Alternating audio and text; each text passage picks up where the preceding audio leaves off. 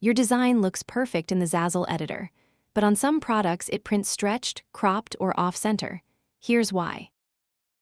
Every Zazzle product has its own print area and its own resolution. Mugs, cards, and magnets need about 200 pixels per inch. Posters and prints need 300. The same design that fills a mug perfectly can leave awkward white space on a phone case, or come out blurry and stretched on a poster. Zazzle can't check this for you automatically. There's no way to apply one design to several products at once. Each one has to be reviewed in Edit on its own.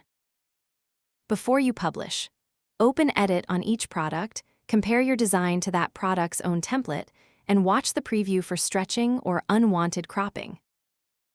Once your product images are right, Content Optimizer Pro helps you finish the listing fast. Titles, descriptions, and structured tag suggestions, ready for your review. Content Optimizer Pro, start free.